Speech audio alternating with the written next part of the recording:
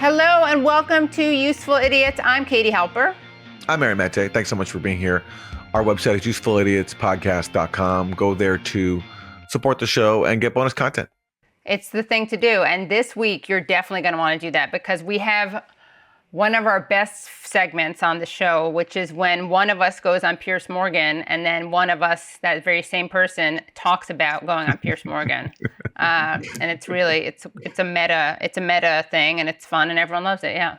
And you'll have to subscribe to Useful Idiots to find out which one of us went on Piers Morgan. It's a cliffhanger. We'll leave you in suspense.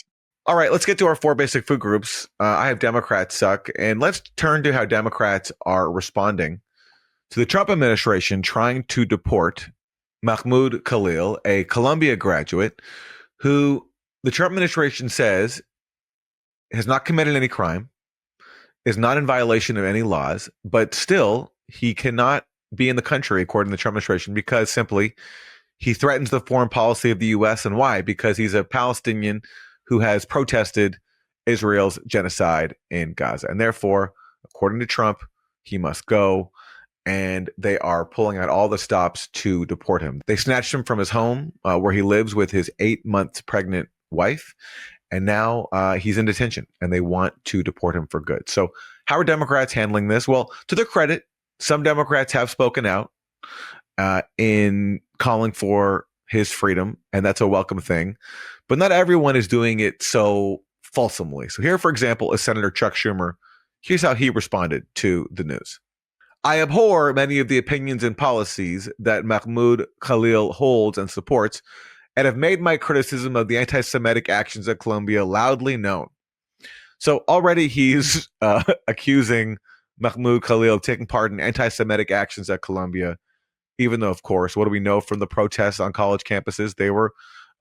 They included Jewish students. In fact, sometimes were led by Jewish students. So this already Chuck Schumer's buying into that smear that protesting genocide in Gaza makes you anti-Semitic. But let's go on. While he may well be in violation of various campus rules regarding how the protests were conducted last year, that is a matter for the university to pursue.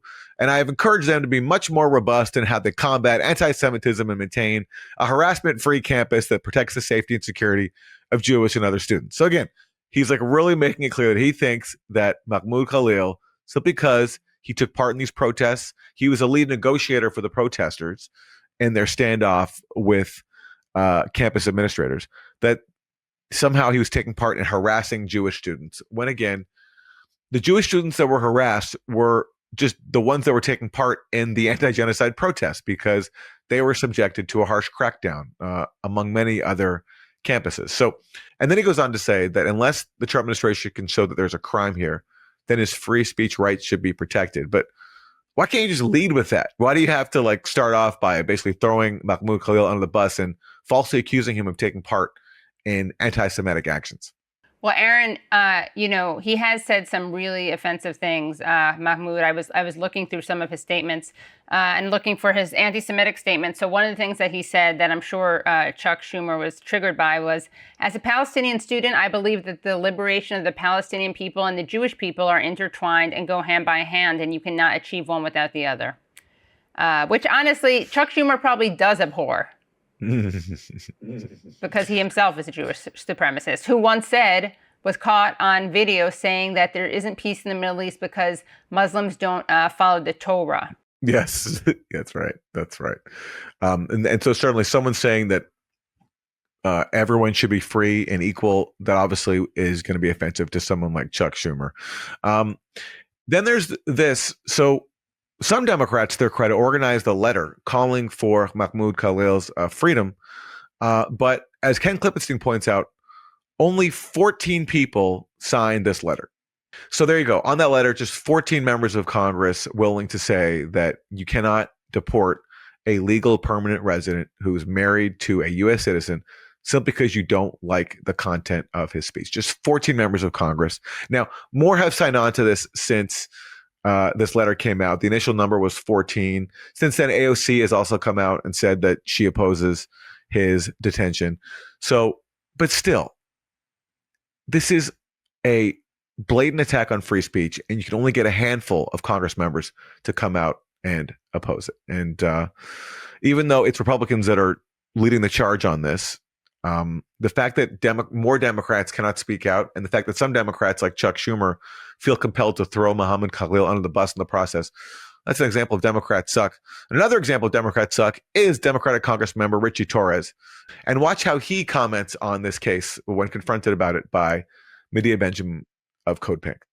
Do you think a green card holder who committed no crime should be arrested? Can you make a statement about Mahmoud Khalil I have from no Columbia accountability University? to you. You're a crackpot. So I'm a crackpot? Yes. I'm just asking you if you believe in free speech and should somebody who committed no crime... If you are engaged like in violent Mahmoud, conduct that takes over a building at Barnard College, that's not free speech, that's conduct. It committed no violent crime Again, at all. He was a mediator with the university. To do the bidding of the Chinese Communist Party. I don't even know any... How was your trip to Xinjiang, by the way? I didn't go, and I don't know... Which is ground zero for genocide against the Uyghur Muslims. I didn't go, and I don't know anybody in the Chinese Communist Party, but you get all your money from a entity that supports a foreign government, APAC. Anyway, you have a lovely day. Yeah, can you say something that you support free speech and that... Oh, I strongly support free speech. How about saying free Mahmoud Khalil? Have a lovely day. Have a great day. Yeah, I know. Maybe I have to go get some more money from APAC.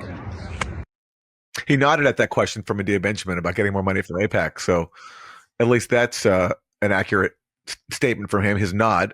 But anyway, Richie Torres, if he opens up his mouth, it's pretty much a guaranteed Democrats suck. And this case is no exception.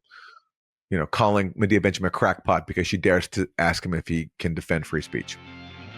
In a world where it seems like we're constantly being listened to by our phones, our computers, security systems, and Alexas, it sometimes feels pointless to even hope for privacy anymore. Amazon, Meta, and Apple are all using your data to sell you ads. But what if we told you something else was listening to you in a much more nefarious way, using your data to sell you to third parties and governments? You may have already guessed what it is: AI. Think about what we tell these AI platforms: our thoughts, dreams, sensitive questions, business ideas, and more. They take all this information, tie it to your identity, and then sell it. ChatGPT literally has the former director of the NSA sitting on their board right now. Here's an alternative we actually trust. Today's sponsor, Venice.ai. Venice.ai is a generative AI platform that is private and permissionless. Here's how they do it. They utilize leading open source AI models to deliver text, code, and image generation to your web browser. There's no downloads, no installations of anything. Messages are encrypted, and your conversation history is stored only in your browser. And check out their Pro plan, which gives you access to PDF uploads for summaries or insights, plus high image limits and limitless text. If you want to use AI without fear of handing over your most intimate thoughts to a corporation or the government, you can get 20% off a Pro plan using our link, venice.ai/useful, and code USEFUL. Click the link in the description to get started. Well, Republicans are also sucking on this issue, not surprisingly. So let's take a look at what House Speaker Mike Johnson said when he was asked if Mahmoud Khalil actually committed any crimes. In your estimation, what crime did Mahmoud Khalil commit to warrant his arrest, detention, and the potential revocation of his green card? Let me tell you something. I went face down the angry mob at Columbia at the height of that stuff. When the pro-Palestinian, pro-Hamas protesters were there. I'm telling you, this is my own observation, not something I read in a newspaper. It was dangerous. I met with Jewish students before we went to campus who were holed away off campus because they were instructed by the administration not to come to class, which they paid for. Okay, I'm offended. Did you hear what he just said? Which they paid for. What is he implying there? Like that's all we care about. Money. Okay, well, you know, then maybe Mike Johnson can be accused of anti-Semitism. That's what I'm saying. Exactly. That's what I mean, you called him. I was trying to hint at that. But yeah, and he is a Christian Zionist, so he obviously is an anti-Semite because he wants all of us to go back there. A few are saved and the rest of us burned for all of eternity. But I got that. I caught that, Mike. Okay. for fear of their physical safety. The administrators there refused to take control of that campus. They refused to allow the PD to come, the police department to come in and take control. And it turned into a chaos. The president has since been removed. And now they got the same problem again. Columbia and other universities, they have to keep control of campus. The first responsibility of an administration is ensuring the safety of the students who are paying tuition to be there, for crying out loud. This madness has to stop. We have to get control of it. This guy apparently was a mastermind of those very things, when the gnashing of teeth and the ripping of clothes and the people screaming at me, wanting to rip me limb from limb because I was there talking about moral clarity and how there's a right and a wrong. They were doing that. They disrupted the campus. They were threatening physical violence. Don't you think it would have been a bigger news story if they were threatening to dismember Mike Johnson? Drawing quarter him? Yeah, somehow we missed all that. This is breaking. This is a Mike Johnson exclusive. 7 months later. Right. He's just revealing it now. Dramatic. He finally feels like he's processed it enough to be able to talk about it. So the fellow students, if you're on a student visa, I'm going to say this clearly. If you are on a student visa and you're in America and you're an aspiring young terrorist who wants to prey upon your Jewish classmates, you're going home. We're going to arrest your tail and we're going to send you home where you belong. And this is just getting started. So, look, I appreciate free speech. I used to defend it in courts, but this is far beyond the pale of that. When you are threatening your classmates and spewing anti-Semitism and all this hatred, it's enough. And I think the American people understand that. They're supporting it. And I'm glad we have a president who's strong enough to lay down the law. Thanks a lot. I like the way he's going to arrest people's tails. That's a new turn of phrase. He managed to not at all answer the question, right? He's literally asked about what crimes he's committed. He can't name a single thing. All he has is politics of insinuation, guilt by association, equates Hamas with Palestine. But again, there's no crime there. And I guess maybe he's being honest when he says he used to defend free speech. Now he doesn't. So again, a moment of clarity and moral clarity. And just to stress this, if they actually believe that Mahmoud Khalil was guilty of all the things they're accusing him of, including threatening Jewish students, he'd be charged for it. Go to the police, file a charge for harassment and threatening and whatever else you think he did wrong. But of course, they're not going to do that because he hasn't committed a crime. They're lying. They're conflating his free speech with crimes that he's not accused of because he didn't do anything. It's so cynical. It's such an obvious weaponization of the government to go after free speech. And that's why we're seeing such massive protests against it, because this is such an egregious assault on freedom of speech. And it's basically the Trump administration saying, if you criticize Israel and we don't like it and you're a foreign student, we're going to reserve the right to not only deport you, but also invent false claims about you. And I think Mahmoud Khalil will have a defamation case, or at least if there was justice, he'd have one, because he's being defamed and he's being accused of crimes that they're not even charging him with. Well, Aaron, you predicted that Mahmoud may have a defamation case, but I think we may be found guilty of defamation because we were defending Mahmoud and saying he didn't commit any crimes. But take a look at this scoop from journalist Eitan Fischberger, who's also, by the way, a former IDF sergeant, not surprisingly.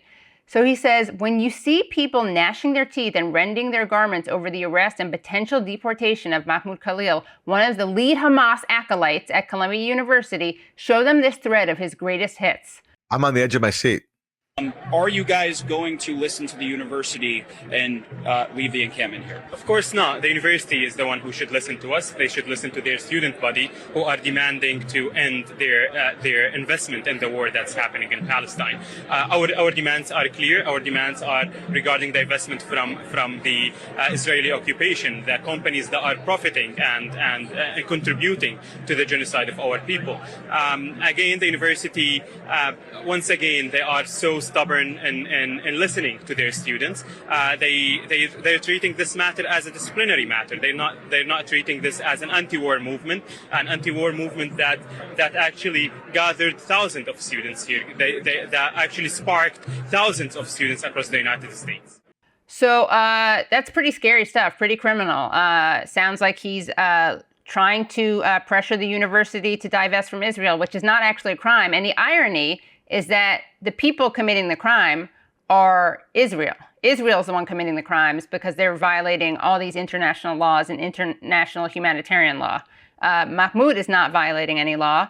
I don't know why this guy, I have no idea if this guy is like, thinks that other people are stupid and won't notice that he's not providing any proof whatsoever, or if he's so dumb he thinks it's proof, or he's so racist he thinks it's proof. Or all the above. In this country, it's a very common tactic to boycott, divest from states that we don't like. So, for example, there was a big effort to boycott Georgia over the death penalty, or boycott states because of their policies on abortion or LGBTQ. And, you know, people who engage in those kind of boycotts, they're not like deported. But meanwhile, if you call for boycotting Israel, according to the Trump administration, this is grounds for you to be deported. And this also applies at the state level, where if like in some states, you can't like speak there at a public university, as was the case with Abby Martin, when she was going to speak in Georgia, I believe. And they said, if you're going to come speak here, you have to sign a pledge affirming you will not boycott Israel. So what is this? What is this where in this country, it's okay to boycott certain states, like that's legal, but you can't call for boycotting a foreign state and divesting from it as it carries out mass murder? And is this really what most Americans and what most even Trump supporters really believe in? Certainly there's a big evangelical constituency in the Trump movement. There's a big pro-Israel constituency, but in terms of your average Trump voter, you're America first. You're America firsters. Yeah, you're America first. How can you call yourself America first if you're constantly putting Israel first, to the point where you'll deport somebody if they think the wrong way? Okay, well, so you're saying we haven't seen him commit a crime yet, right? But Eitan has another tweet. So let's take a look at the next tweet in his viral thread. He is, in fact, one of the pro-Hamas movement's leaders. And how do we know that? Because, as Eitan shows us, he has been profiled by Canary Mission. All he's pointing out there is other liars and defamers and racists and cowards like the Canary Mission. The Canary Mission is like an anonymous thing that targets people, tries to get them fired for basically being pro-Palestine. So he, again, is so up his own like racist Zionist butt that he doesn't realize that just showing that this guy has been profiled by the Canary Mission, that just shows that he's being the victim of a witch hunt. That also does not make him criminal, because they go after lots of people who aren't criminal. Look at that. Literally, this is how he's guilty, because this guy or someone drew a green circle around him, around his face, and in another image, we see a red circle around his face. Like, why does that make him guilty, the fact that you can point him out? As the adage goes, if the circle is green, you must demean. Just as Johnny Cochran said, if the glove doesn't fit, you must acquit. So a green circle makes that defamation okay. And I guess, so what's the implication of that picture? He's there at a protest, and so therefore that means he's guilty of terrorism. These people have no standards, no evidentiary standards. It's all just on the fly, and they can get away with it because anti-Palestinian bigotry is just so pervasive now. And we can also thank not just Trump for that, but also Joe Biden, who did a lot to make this the new normal. Now, I will say, I do agree with one message from Eitan Fishberger, where he says in a tweet, he says, don't let them gaslight you, which is true, but he's the gaslighter. He's the gaslighter. Also, do you notice that both, I don't know if this is a new Hasbara talking point, but do you notice that both Mike Johnson and Eitan have like a similar talking point about gnashing? They both talk about like ripping off clothes and gnashing their teeth. Is this a new Hasbara thing? Mike Johnson said, there was a gnashing of teeth, the ripping of clothes, and people screaming at me. And then Eitan says, when you see people gnashing their teeth and rending their garments. That does sound like a talking point. And it, feeds into this racist stereotype of Palestinians and their supporters as being, barbaric savages that must be deported because they're a threat to everybody. All right. Well, continuing on this theme of normalized bigotry and the deportation efforts against Mahmoud Khalil, here's President Trump at the Oval Office, and he was asked about Chuck Schumer's aforementioned tepid criticism of this whole scandal where Trump is trying to deport a Palestinian over his free speech. And this was Trump's response to Chuck Schumer. And Schumer is a Palestinian as far as I'm concerned. He's become a Palestinian. He used to be Jewish. He's not Jewish anymore. He's a Palestinian. Okay. It's what's weird here, I think, is that Trump, who is a Gentile, has declared himself to be, like, I guess, the new chief rabbi of the United States, where he can declare who is Jewish and who is not. And he's taking away Chuck Schumer's Judaism, because Chuck Schumer is now, like, really in the most, like, mealy-mouthed way criticized his deportation campaign against Mahmoud Khalil. And then, of course, there's the standard racism, which Trump has been repeating for a long time, that he's using Palestinian as an insult. Like, Chuck Schumer is a Palestinian, and that's supposed to be demeaning to Chuck Schumer. When really, if we had a decent press corps, this would be a scandal that a president is using an ethnic identity to demean someone, and that's just straight up racism. Yeah, he's not even hiding it at all. I mean, he's just using it as literally as shorthand for bad. Palestinian equals bad. It's really disgusting. And we saw him start doing that during the debate with Biden. Remember, he said the same thing about Biden. Yeah. So idiotic. Yeah. Well, isn't that terrible? Guys, I want to share a personal story with you. So I'm here. I've been traveling, and I had a terrible experience where my flight was delayed. We sat on the plane for 5 hours only to have the flight canceled. So I was sitting there, and I was trying to find solace in the entertainment provided by the airline. And look what I find when I'm going through their different TV show options. So can you just imagine how triggered I am, where I'm already upset, I'm on a plane, been there for 5 hours, and what do I see? Shark Beach with Anthony Mackie. And it is a show. Anthony Mackie is on a mission uncovering the tensions between sharks and coastal communities to solve how we can safely share the planet. This is normalization, shark normalization. This is sharkaganda. This is the last thing we need. We need to stand firm against sharks. And it's a big shark lobby. And it's pervasive, and you just can't escape it. I'm sorry you went through that. I mean, for those who are just tuning in to You Splits, maybe for the first time, Katie has a real phobia of sharks and is not shy about calling them out, about sharing her shark phobia. And this is on top of having, I mean, it's really annoying to sit on the tarmac for 5 hours. That's tough. I mean, if they're going to cancel your flight, at least don't get on the plane first, because that's just torture. Exactly. If they told me the night before, even the morning once we get there, but I was sitting on a flight that was just 2 hours short of the length of what the flight is. It was really annoying. Yeah. And then I have to see this sharkaganda and shark apologia. Well, I hope the airline will be compensating you handily for this serious trauma that you've endured. That's terrible. I'm sorry. Well, those are your terrible, especially in this last case, terrible 4 basic food groups. On this week's show, we have 2 interviews. First, Aaron speaks to Joshua Landis, who is Sandra Mackey Chair and Director of the Center for Middle East Studies at the University of Oklahoma. And then I speak to Congressman Dennis Kucinich. Professor Joshua Landis, thanks so much for joining us. Aaron, it's always a pleasure. Thank you. What is your understanding of what has happened in Syria for this last week? You know, there have been widespread massacres along the coast of Alawites.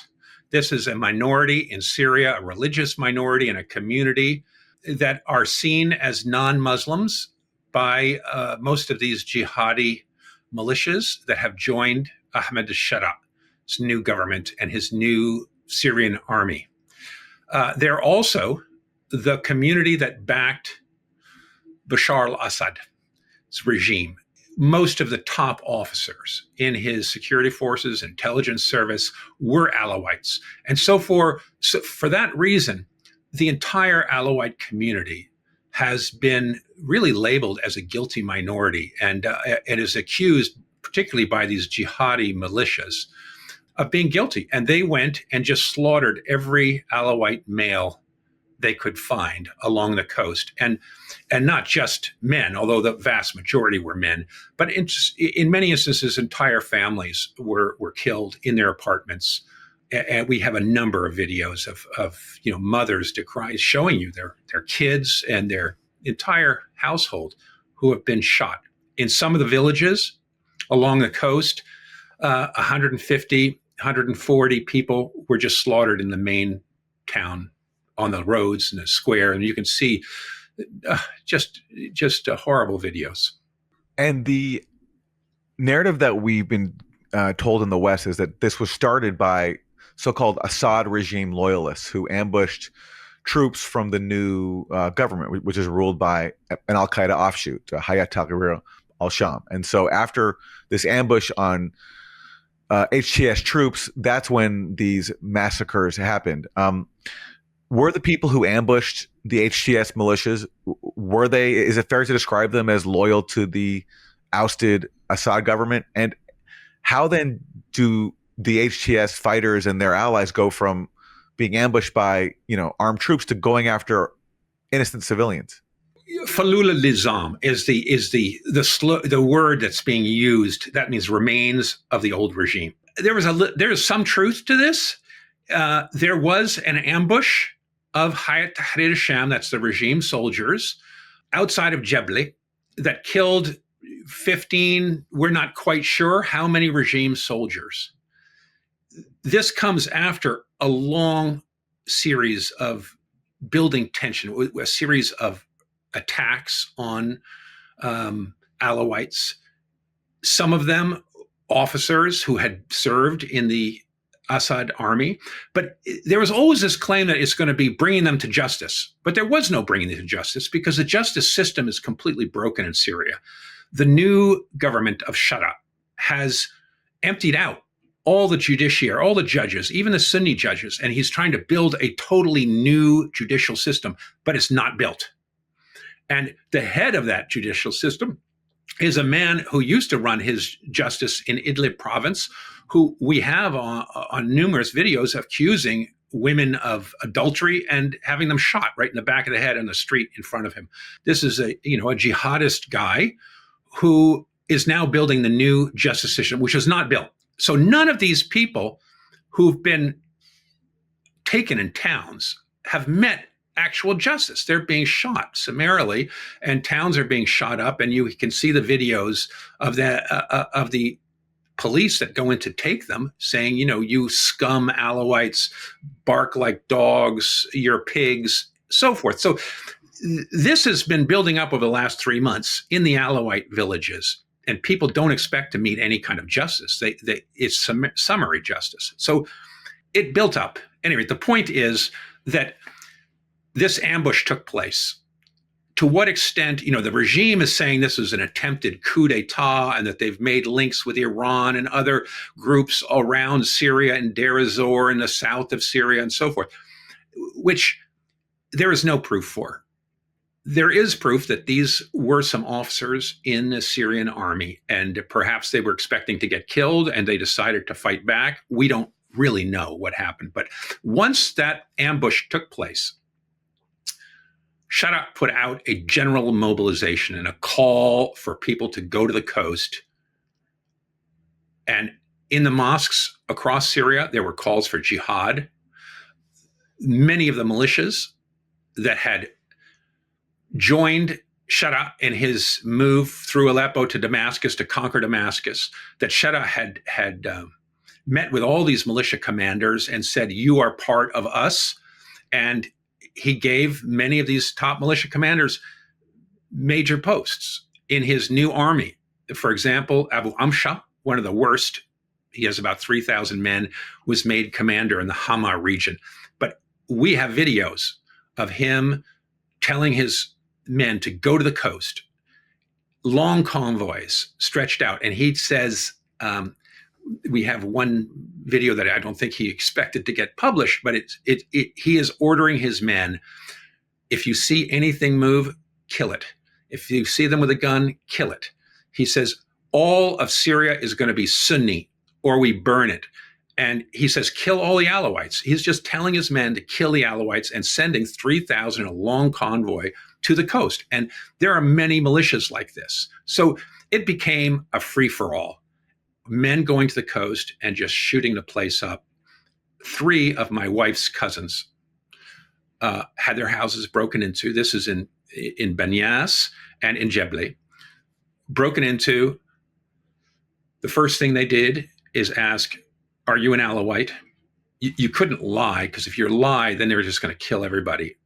They came into the house. only one cousin was killed. They dragged him out. He was a 20-year-old who played with my son in the villages before the Civil War. He was dragged out to the front step and he just shot. The others had their houses completely ransacked, all their jewelry, their cell phones, their wallets, and they took the keys to their cars and stole their cars. And this is what they were doing. They were going through all of the sort of middle-class neighborhoods where they could grab stuff, stealing the cars and taking everything. In the villages in the mountains, we still don't have a complete picture. My brother-in-law had gone up to his father's village to look after the olive trees, which need to be prepared in the springtime. And so he was trapped up there and separated from his family in Latakia. He spent an entire day hiding behind rocks as regime soldiers. We don't know if they're soldiers or if they're from a militia, came to the village and shot the place up. Now, they didn't come into the village because the village is down in a valley, and perhaps they were worried about being ambushed, but nobody in the village had guns. They were all hiding in the fields. They discovered two men using a drone, and they shot them in the head. My brother, called his wife from behind a stone and sort of said goodbye to them. I mean, he spent the whole day, all the village did, terrified. But the 6 villages around his village, they went into the villages, burnt the houses, stole everything they could, and moved from one village to the next. It was just a rampage for a week. And now the government has calmed things down, but they've ordered nobody to take any more pictures. They're trying to clean up the dead bodies. We don't know how many have been killed. But it's very possible the number is going to exceed 3,000 by the time we're through with this, because in severed villages, there was just wholesale slaughter. Throughout the years of the proxy war in Syria, where the CIA, under the direction of Barack Obama, was spending billions of dollars arming the insurgency, along with Turkey, Israel, the Gulf states, the line we got from Washington is that we're arming the moderate opposition. But does this massacre not illustrate that was a lie, that this sectarian bloodlust, the sectarian mass murder is the true face of the Syrian insurgency that we were supporting? In trying to appoint blame for these kinds of outcomes, you're absolutely right that there was a complete misunderstanding of the Middle East and the realities in the Middle East. Americans, their theology is democracy. And America sees its special mission to the world as spreading democracy around the globe. And President Bush, the younger, articulated this most clearly with his freedom agenda. But Americans believe that when they overturn dictatorships, they're going to get a democratic outcome. We convinced ourselves of this in Iraq, in Libya, in Afghanistan, that we could somehow mold these societies in our own image. And we've discovered that time and time again, we're wrong. And what has happened throughout the Middle East, whether it's the Taliban or whether it was the al-Qaeda and ISIS in Iraq or in Syria or in Libya, is you're going to get a very Islamist outcome. How Islamist? It's unclear. But you do get these extremist militias. And America came to understand that was what was happening in Syria by 2014 and 15, and really switched horses in the middle of the stream. We switched from sending billions of dollars to the Arab resistance, where al-Qaeda and ISIS emerged as the most powerful militias, not these moderate groups. And some of the moderate groups we were funding are now we're joining into this free-for-all on the coast. But hard-bitten Islamists were the most efficient, were the best fighters, were the most devoted to their cause. And Ahmed Shara, leading the al-Qaeda wing in Syria, turned out to be the most capable and the best fighter. And he's swept into Damascus. And this is, as you suggest, this is an outcome of Western policy. Whether How much it was intended or not, it's hard to say, but it was very clear because we saw, advisors to Hillary Clinton sending her emails saying, al-Qaeda's on our side this time, that sort of thing. And we have plenty of video of Biden and others, McGurk, explaining that the arms that we funneled into supposedly moderate militias were being taken by the stronger Islamist militias. We understood this from an early point. And we closed our eyes to it because we wanted to win. We wanted to destroy Assad's regime that was connected to Iran and Russia. And I have to say here that Assad regime began to do really horrible things. We saw the prisons. We saw the torture. He led Syria to a dead end.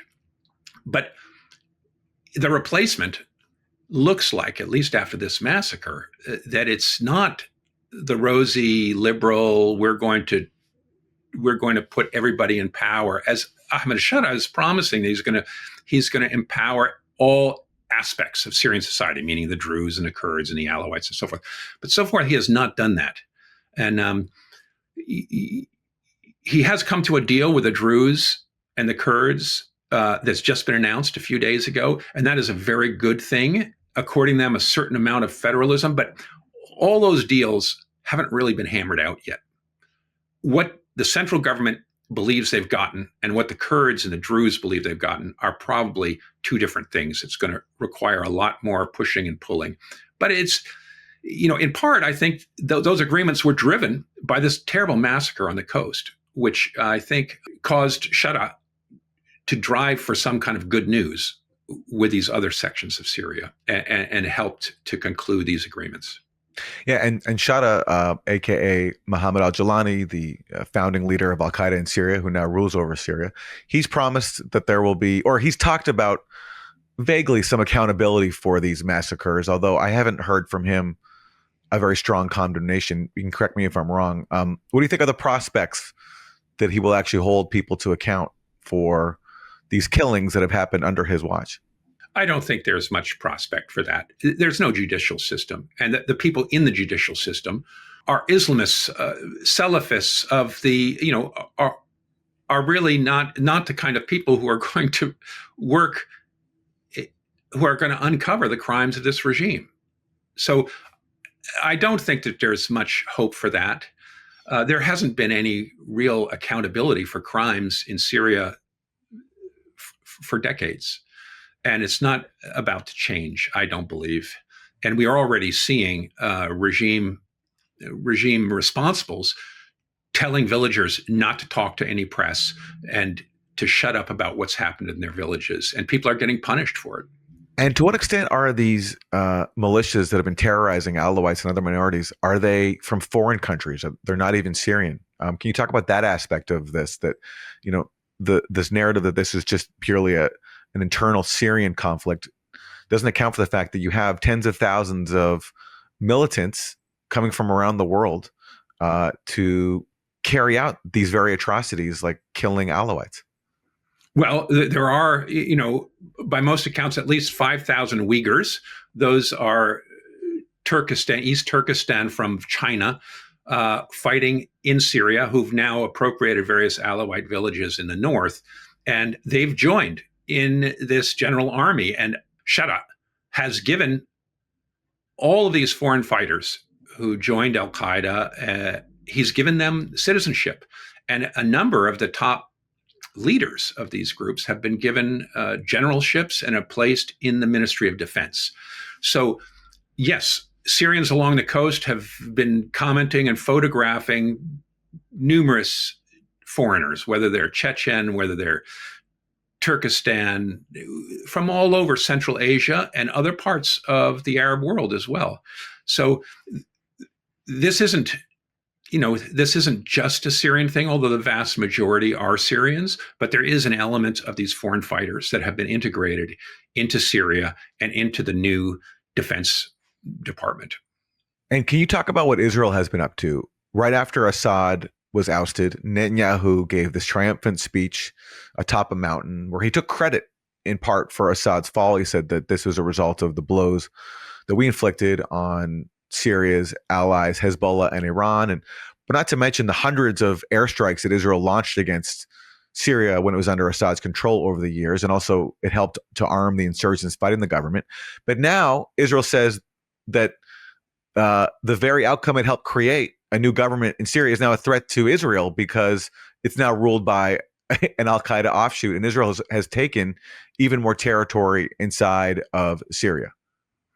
Yes, Israel has traded one enemy, Iran, which it was very relieved and, of course, worked very hard to detach Syria from Iran.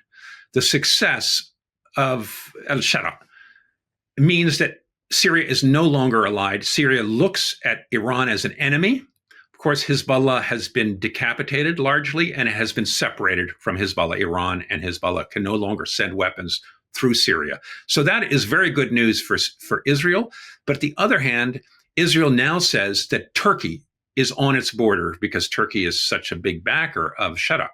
And therefore, and Turkey is even a larger enemy than Iran, potentially, because it has much more capable military. It's part of NATO. And it has, Erdogan has positioned himself as a defender of resistance against Israel and of the Palestinians in Gaza. So Israel has just switched one enemy for the other. And in order to defend against that potential new enemy, Israel has bombed at least 400 times once Sharaa came to power, bombed all of the military emplacements in Syria. And then most recently, it has announced that Syrian troops may not go below Damascus, south of Damascus. And that means the Druze, the Syrian Druze, about 3% of the population, live south of Damascus in the Jebel Druze, the Druze Mountains. And Israel has called them out as being specially protected by Israel because Israel has Druze in its military and society. So that, in many ways, it left Sharaa feeling very weak because he couldn't respond to Israel. And it may be in some ways connected to the massacre on the coast. Sharaa is doing just what Hafez al-Assad did in Hama, 1982, when the Muslim Brotherhood took over the city and announced a jihad against his regime. And he surrounded the city and he smashed it, killing over 10,000 people. And I drove into Hama a week after it was destroyed in 82. I was living in the university city in Damascus as a Fulbright student, a young guy, and I was able to drive right through the whole city after its devastation. And I think Assad, by allowing that, foreign journalists to come in and me as a student, and Assyrians to see what happened, he was sending a message to Syria: don't mess with my regime, or this is what's going to happen to you. And in a sense, Sharaa has sent the same message to Syrians, and particularly to Alawites. Don't screw with us, we will smash you. And in a sense, by calling this general mobilization, closing his eyes to what was, he must have known what was going to happen because all these militias have done this many times before. And he's sending a message. And that message may be connected to the fact that he felt so weak in front of these Israeli dictates that his army could not move south of Damascus, that he needed to show strength to Syrians. Which he shows by presiding over the massacre of innocent civilians who had nothing to do with the attacks on his forces. Now, but these massacres will make it even more difficult, on top of all the existing hurdles, for sanctions to be lifted on Syria. These sanctions were imposed on Syria when it was ruled by Assad, but they have stayed on. And even people who advocated in Washington for these sanctions because they wanted them to help oust Assad, now that their sanctions have served their purpose, now they want them lifted, but the sanctions remain. And so now the people who advocated for sanctions before have to acknowledge that they harm ordinary civilians and make the country's reconstruction impossible. What are the prospects, do you think, for these sanctions to be lifted, especially in light of massacres like this? It's going to make it very difficult. In some ways, allowing for this massacre was an own goal by Sharaa. He has shot himself in the foot because the world is watching this and Washington is watching it. And the White House, the National Security Council, and the people in charge of the Syria file in the White House already look at Shara as being a al-Qaeda guy, a jihadist, and they believe that these jihadists are, like leopards, don't change their spots. So there's great skepticism in the White House and in Israel, and this White House is very attuned to Israel's interests. So that's going to make it very hard to get American sanctions lifted. Now, I've got to say that sanctions are just terrible for Syria. They are clobbering the people who are desperately hungry. The country is on its knees. It's been destroyed by civil war, but these sanctions are a real reason why the Assad government failed. And they could bring about the failure of this government too. And we're caught in a situation today where we really need this government to succeed and to allow for the rebuilding of Syria, because Shara, in a sense, has created, like so many Middle Eastern leaders, a situation where if he falls, it's going to be civil war. In the same way that when Gaddafi fell or Assad fell or Saddam Hussein fell, there was civil war that overtook the country for decades. So Syrians are all praying for him to succeed. And that's where we are today. Sanctions are just a terrible, blunt instrument that hurt so many innocent people. And this is why some of us argued that no matter your criticisms of a country's government, the answer is not to flood it with weaponry and impose sanctions that make the economy crumble and reconstruction impossible. And also you have the U.S. military occupation that deprives Syria still, even after Assad is gone, of its oil and wheat. And it doesn't look like, at least so far, Trump is pulling out those troops, although he tried to do that in his first term. Final question to you. Do you think that the Balkanization of Syria is possible, that we could see it partitioned into different mini entities, as some people have been talking about for a while? I don't think so. I think that Syrians now have been part of Syria for 100 years, since the Sykes-Picot Treaty and since the end of the First World War, when these new borders were hammered out. There is no alternative to a nation state. Syrians understand this. And we saw this with the Druze most recently, who, Israel said, we'll protect you and so forth. And the Druze have almost unanimously come out and rejected this, said, no, we're part of the Syrian fabric. On the other hand, they have used Israel's protection to get a better deal out of Shara.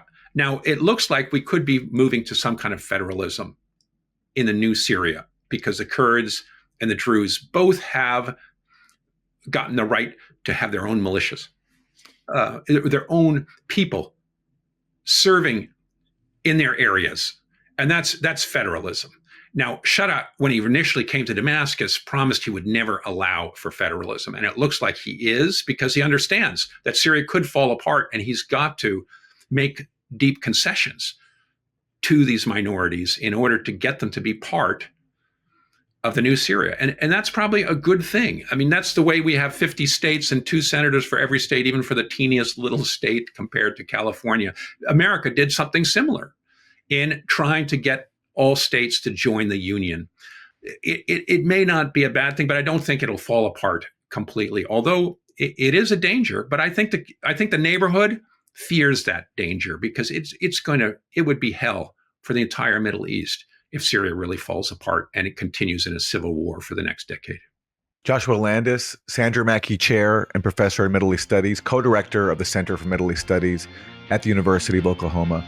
Thanks very much. Aaron, pleasure.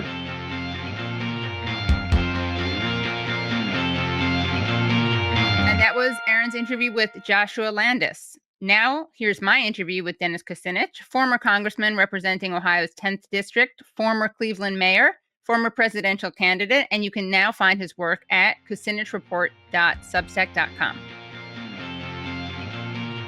Welcome back, Congressman Kucinich. Good to be with you. Thank you so much for joining. And there's a lot that we could talk about with you, because you are someone who has a really fascinating perspective on so many things, as someone who was a congressman, someone who is also mayor. And you're one of the few people who I actually think kind of says things that are inconvenient And not only do you say things that are inconvenient now that you're not in Congress, but you said them while in Congress. So let's start off by talking about your latest piece at your Substack, which is called The Genesis of Sectarian Death Squads in Syria, The Fall of Assad to U.S.-Supported Extremists and the Massacre of Christians and Alawites. So tell us about this piece and what made you write it. Well, as you mentioned, I mean, I'm publishing on Substack, and I use that column to go into areas that are not necessarily covered in the mainstream press, which is what, Useful Idiots does as well. And the column that I wrote concerning what's happening right now in Syria is the fact that you have this new government which came in, which is a combination of hybrid of al-Nusra, al-Qaeda, Islamicists, Salafists. This new government that came in has turned loose their people in the against Christians and Alawites, and there was a massacre over the last week. At least 1,000 and maybe as many as 2,000 people were killed in cold blood. Some lined up against the wall, some forced to crawl on all fours while they barked like dogs because they were told you're going to die like dogs, so why don't you start? And they were killed. This was so predictable. So I did a little digging going back into the history, and what I found was that the idea of creating sectarian divisions in a country, by the way, where, when I was in Syria, I've been there over a dozen times, people would worship at their churches, at synagogues or at mosques. No big deal. People identified as Syrians. But what's happened is that this murderous Salafist death squad is out there just murdering people because they're not Salafist Sunni Muslims, and basically this follows a policy that the U.S. stirred up, and actually, there's proof of it with cables as well as essentially a doctrine. Stir things up in an area where you don't have sectarianism, turn people against each other, give them weapons, and they kill each other. And then, of course, with Syria, it went way beyond that because the U.S. Had been involved for a long time. Now it's been about 30 years in an effort to take over Syria. It's a heartbreaking condition there right now. What brought you to Syria in the past? Can you talk about that? I've always been interested in the Middle East as a place where civilization started, and you talk about Iraq and the Tigris-Euphrates area, and then you go beyond that to the birthplace of Christianity, a holy land where Christians, Jews, and Muslims have come to worship. It's an extraordinary place. So I was urged by people in my constituency to go to Lebanon right after the 2006 war. And my wife, Elizabeth, and I were the first two people from America to come into Lebanon immediately after the Israeli Air Force had bombed aggressively throughout southern Lebanon. And while I was there, I asked, can we make arrangements to go to Syria? And I was able to do that. And that was my first trip to Lebanon and Syria. And since then, my wife and I have been in the region a dozen times. We have visited Lebanon, Syria, Israel, Jordan.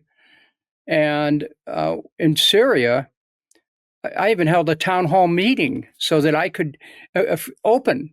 People were free to come in and talk about anything they want.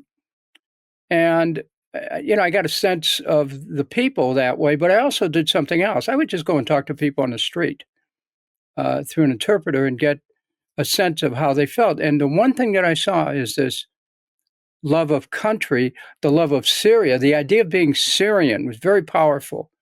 People never, ever brought up, well, I'm a Christian or an Orthodox or a Catholic, or I'm Jewish, or I'm a Muslim of this particular sect. Never came up. And that ability of people, of religions, the great religions, to be able, the people to live there without fear and to coexist peacefully, was really a remarkable matter in a region that had been torn by war and areas surrounding Syria. So that, it was the interest in the Middle East, a chance to go to Syria once I was in Lebanon. And from there, my interest deepened, I can tell you that. You talk about the clean break policy. Can you elaborate on that? Well, yes. In 2006, there was a think tank that involved people who were Americans very committed to Israel. And they looked at the policies prior to Benjamin Netanyahu's coming to power.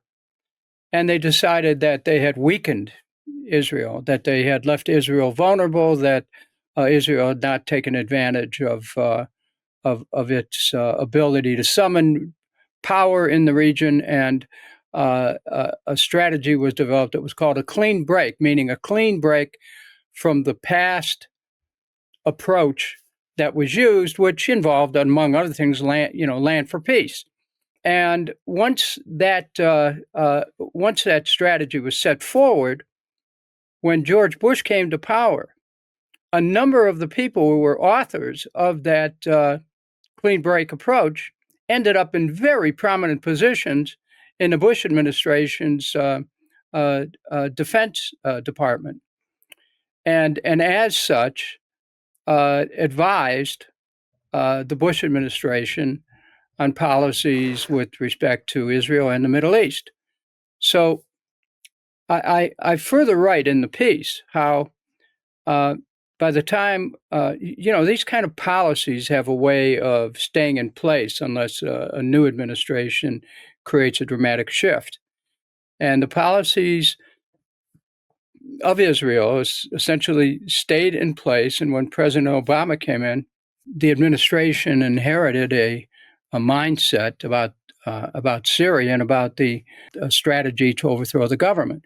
And of course, that was propelled by Hillary Clinton, who was very instrumental in Middle East policy. She was, was a very strong supporter of the war in Iraq. She was the engineer of the policy to overthrow the government of Libya. And with respect to Syria, she was a captain in the strategy to upend the Assad government. And so as events developed, the Central Intelligence Agency was tasked with training and equipping people to go after Assad. And over a period of time, Katie, I would imagine there were tens of billions of dollars, tens of billions thrown into this effort to try to upend the Assad government. And as I mentioned earlier, part of the strategy was to stir up sectarianism, was to turn people against each other in order to weaken his government. I want to play a clip from Tulsi Gabbard's confirmation hearing from Mark Kelly, and then ask you to react to that. When Russia was denying us use of chemical weapons, they accused the U.S. of supporting terrorists. This is a line that Putin used frequently during the Syrian civil war as he supported Assad. Syrian officials made similar comments. They did it repeatedly. They did it in public. They did it at the United Nations. In 2016, you gave an interview in which you said, and this is a quote, "The U.S. is providing direct and indirect support to terrorist groups in order to overthrow the Syrian government." And in 2019, on the Democratic presidential debate stage, you said of President Trump This is a quote. "This current president is continuing to betray us. We were supposed to be going after al-Qaeda, but over years now, not only have we not gone after al-Qaeda, our president is supporting al-Qaeda." So I'm interested to hear, what was your goal in saying these things? And did you consider, before saying them, the motives of Iran and Russia, what their motives might have been before making these claims? Senator, as someone who enlisted in the military specifically because of al-Qaeda's terrorist attack on 9/11 and committing myself and my life to doing what I could to defeat these terrorists, it was shocking and a betrayal to me and every person who was killed on 9/11, their families and my brothers and sisters in uniform. When, as a member of Congress, I learned about President Obama's dual programs that he had begun really to overthrow the regime of Syria, and being willing to, through the CIA's Timber Sycamore program that has now been made public, of working with and arming and equipping al-Qaeda in an effort to overthrow that regime, starting yet another regime change war in the Middle East.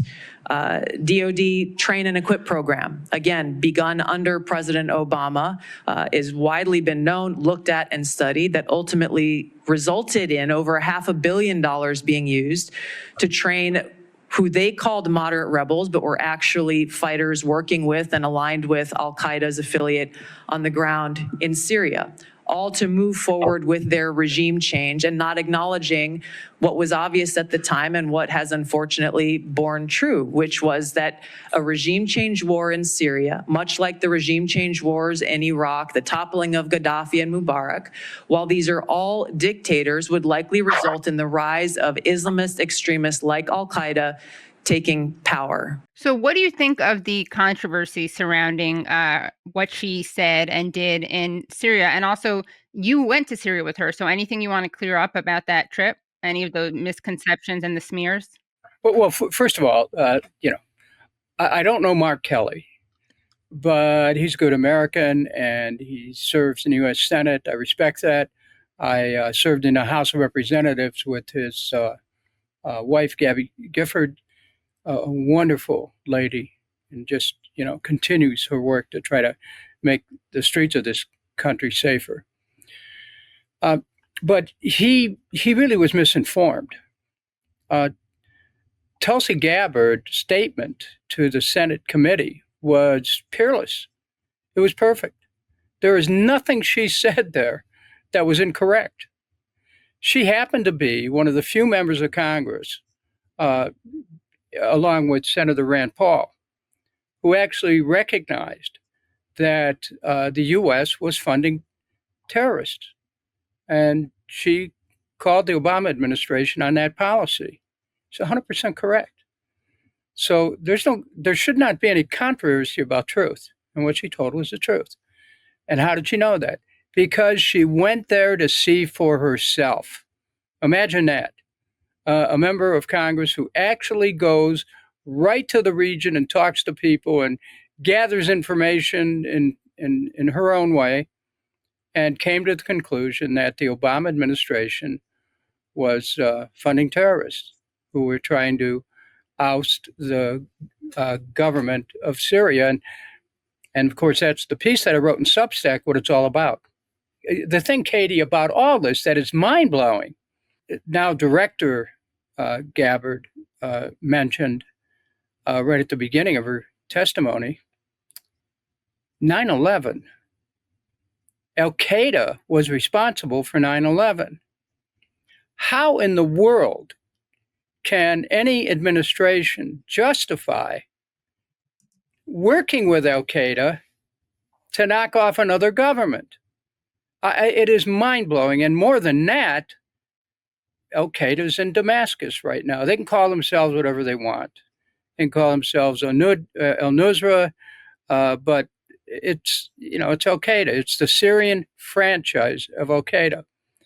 And so I'm proud that Director Gabbard was so courageous and articulate in her testimony on this matter. Well, speaking of Gabbard and the Trump administration, what are your thoughts so far on Trump's second presidency?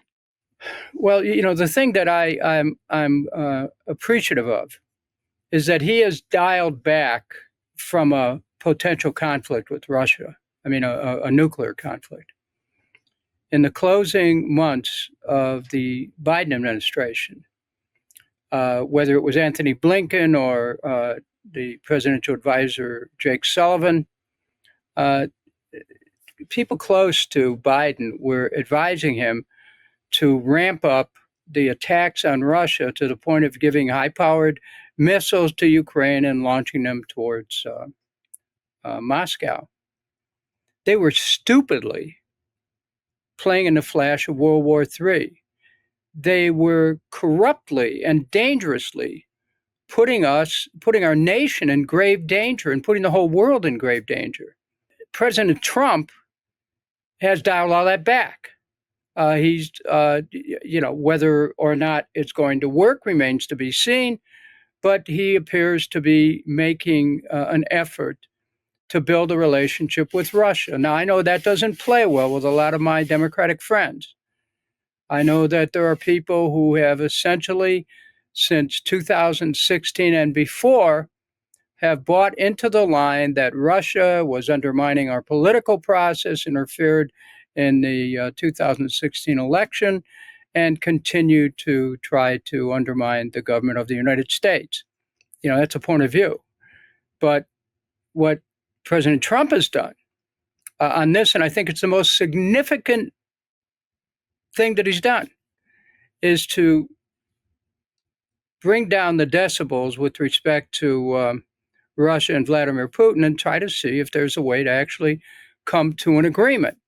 Now, are there other things that President Trump has done that I disagree with? Of course. I'm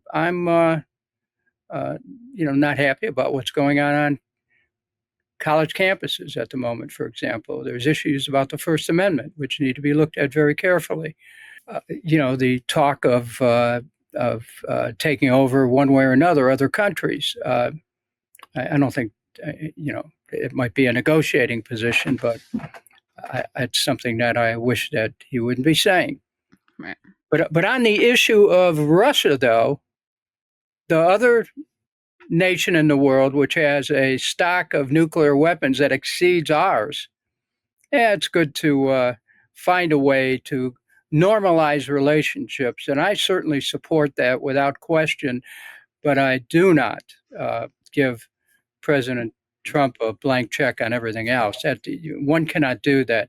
But at the same time, if you disagree with someone on other issues, that doesn't mean that that nullifies an appreciation for what they're doing on something as significant as the relationship between the United States and Russia. So shifting gears a little bit to domestic affairs, what are your thoughts on Trump's domestic program and the various things that Elon Musk is doing and the targeting of things like Medicaid, Social Security? And to hear the rest of the interview, please go to usefulidiotspodcast.com. Well, I hope you enjoyed those interviews. I certainly learned a lot from them. And to see the full interview with Dennis Kucinich, make sure you go to usefulidiotspodcast.com. You'll get the full interview with Dennis, as well as our Thursday Throwdown, your midweek dose of media madness. See you guys next week. Bye, everyone. And happy birthday, Aaron Mate. Thanks so much for listening to and watching Useful Idiots. For extended episodes, bonus content, and our weekly Thursday Throwdown episode, please subscribe at usefulidiotspodcast.com. Support the show for free by subscribing on YouTube, Rumble, and wherever you get your podcasts. And if you like the podcast, don't forget to rate and review. You can also follow us on Twitter at usefulidiotpod. Thanks for supporting independent media. We'll see you next time.